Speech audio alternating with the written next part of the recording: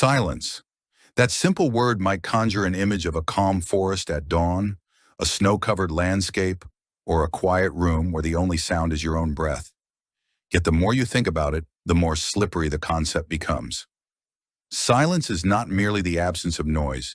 It is paradoxically a presence of something else, a kind of invisible canvas on which all other sounds, or the lack thereof, are painted. At its core, silence is defined as the absence of perceivable sound. But here's the catch.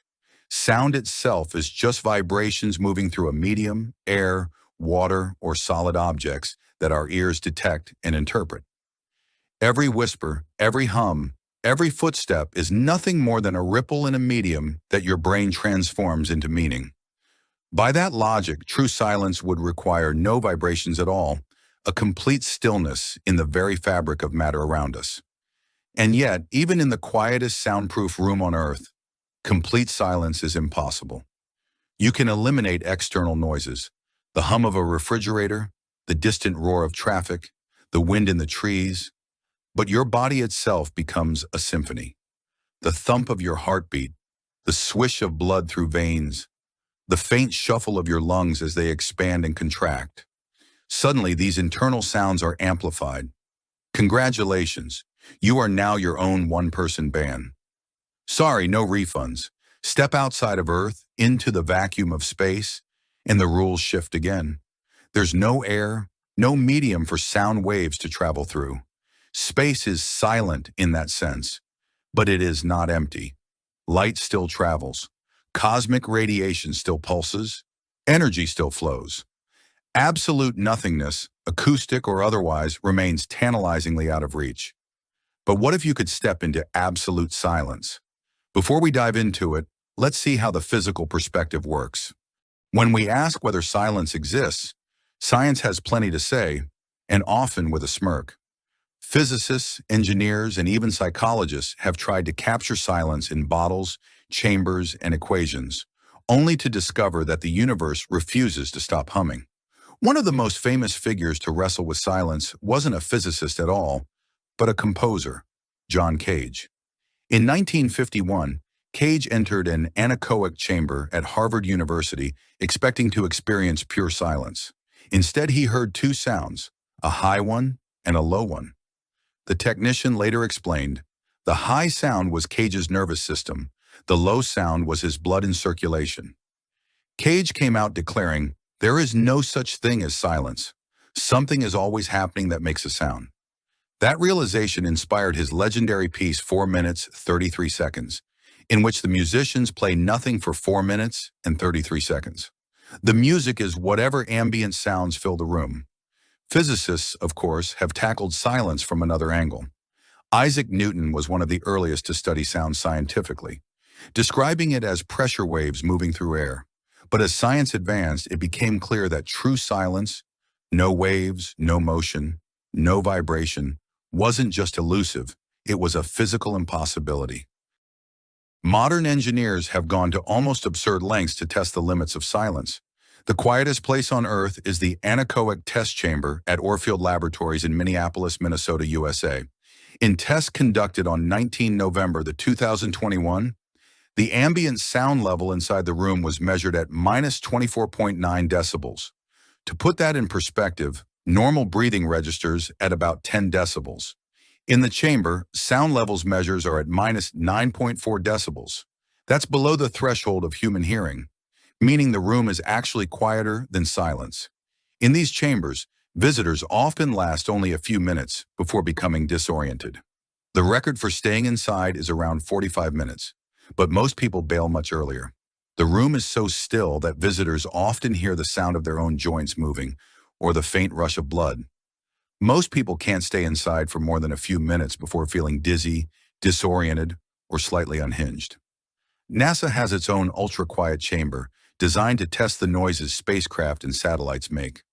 Because nothing ruins a mission to Mars quite like realizing your spacecraft squeaks like an old bicycle. From a strict physics standpoint, absolute silence would require absolute zero, the temperature at which all molecular motion ceases. But according to the third law of thermodynamics, absolute zero is unattainable. Atoms never stop moving completely. They always vibrate just a little, even in the coldest conditions ever created in labs. So physics laughs gently at our idea of perfect silence. The universe is restless down to its tiniest particles, always jittering with energy. The best we can do is approximate silence, mute the roar of the outside world until we are left with the faint soundtrack of our own existence. Silence may be a tricky thing in physics, but in human perception, it's even stranger. Our ears and brains don't just sit idly when the world grows quiet. They panic, improvise, and sometimes outright lie to us. Think of the last time you were in a really quiet place. No cars, no people, no humming appliances. Did you hear ringing? A faint buzz? Maybe the sound of your own pulse thudding in your ears? Congratulations, you've met tinnitus, a condition where the brain perceives sound without any external source. It's often described as ringing, buzzing, or hissing in the ears, and while doctors link it to stress, hearing loss, or overexposure to loud noise, in moments of deep silence, it can appear simply because the brain refuses to accept nothingness. Our auditory system is designed for a constant flow of input. When it doesn't get any, it starts filling in the gaps, like generative fill tools that add pixels to an old image, inventing details that were never there. This is why total silence can feel less like peace and more like a haunted house tour run by your neurons. Psychologists have studied what happens when people spend time in ultra-quiet spaces like anechoic chambers. The results? Human brains do not like being left alone with silence. Some common reports include amplified body noises, breathing, swallowing, and even blinking become part of your new personal soundtrack. You start to wonder if your eyelids need mufflers. Time distortion. Without the background rhythm of noise, your sense of time goes haywire. Minutes feel like hours, or hours collapse into minutes. Auditory hallucinations. People swear they hear music, whispers, or phantom footsteps.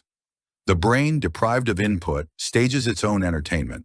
Unfortunately, it's usually the horror genre. One researcher described the experience as the sound of your own nervous system complaining. That's science speak for silence makes us weird. If scientists struggle to capture silence with decibels and chambers, philosophers and mystics have been wrestling with it for centuries using words, paradoxes, and meditative practice. To them, silence isn't just an absence of sound, it's a presence of meaning. Philosopher Ludwig Wittgenstein famously ended his Tractatus Logico-Philosophicus with the line, "Whereof one cannot speak, thereof one must be silent." For him, silence wasn't about acoustics, but about the limits of language and thought. Some truths can't be put into words. Silence is the only honest response. Of course, philosophers love saying things right before telling you to stop talking. In many traditions, silence becomes a tool for self-knowledge. Buddhist monks practice noble silence to still the restless mind. The Sufi poet Rumi wrote, "Silence is the language of God. All else is poor translation." In each case, silence is not empty, but overflowing, with awareness, with spirit, with things words can't quite catch. In everyday life, silence often makes people uncomfortable. Long pauses in conversation can feel awkward, almost threatening, as if silence is exposing something we'd rather keep hidden. That discomfort might be why we fill quiet moments with nervous laughter, small talk, or the irresistible urge to check our phones. But mystics flip that discomfort into opportunity. For them, silence is not an awkward void to be filled, but a mirror, reflecting back the noise of our own minds. It's in that stillness that insights can emerge. Not because silence provides answers, but because it finally stops drowning them out. Of course, spiritual silence doesn't always look as serene as it sounds. Try sitting still for 10 minutes with no distractions, and you'll discover just how many noises your brain can make. One moment you're pondering the nature of existence, the next you're wondering if you left the stove on, and 2 minutes later, you're composing an imaginary argument with a barista who didn't give you enough foam. Enlightenment may be timeless, but apparently it's also very chatty. So, after wandering through physics labs, echoless chambers, and the halls of philosophy, where do we land? Does silence actually exist? Maybe silence isn't something out there waiting to be found. Maybe it's something we create or notice when we shift the way we listen. A silent night sky isn't silent to a bat, and an anechoic chamber isn't silent to your circulatory system. The universe isn't silent to a radio telescope tuned to the whispers of the Big Bang. And yet, when you sit in a forest at dusk, when the chatter dies down, when your own mind finally unclenches, there is a kind of silence. Imperfect, yes, but deeply real.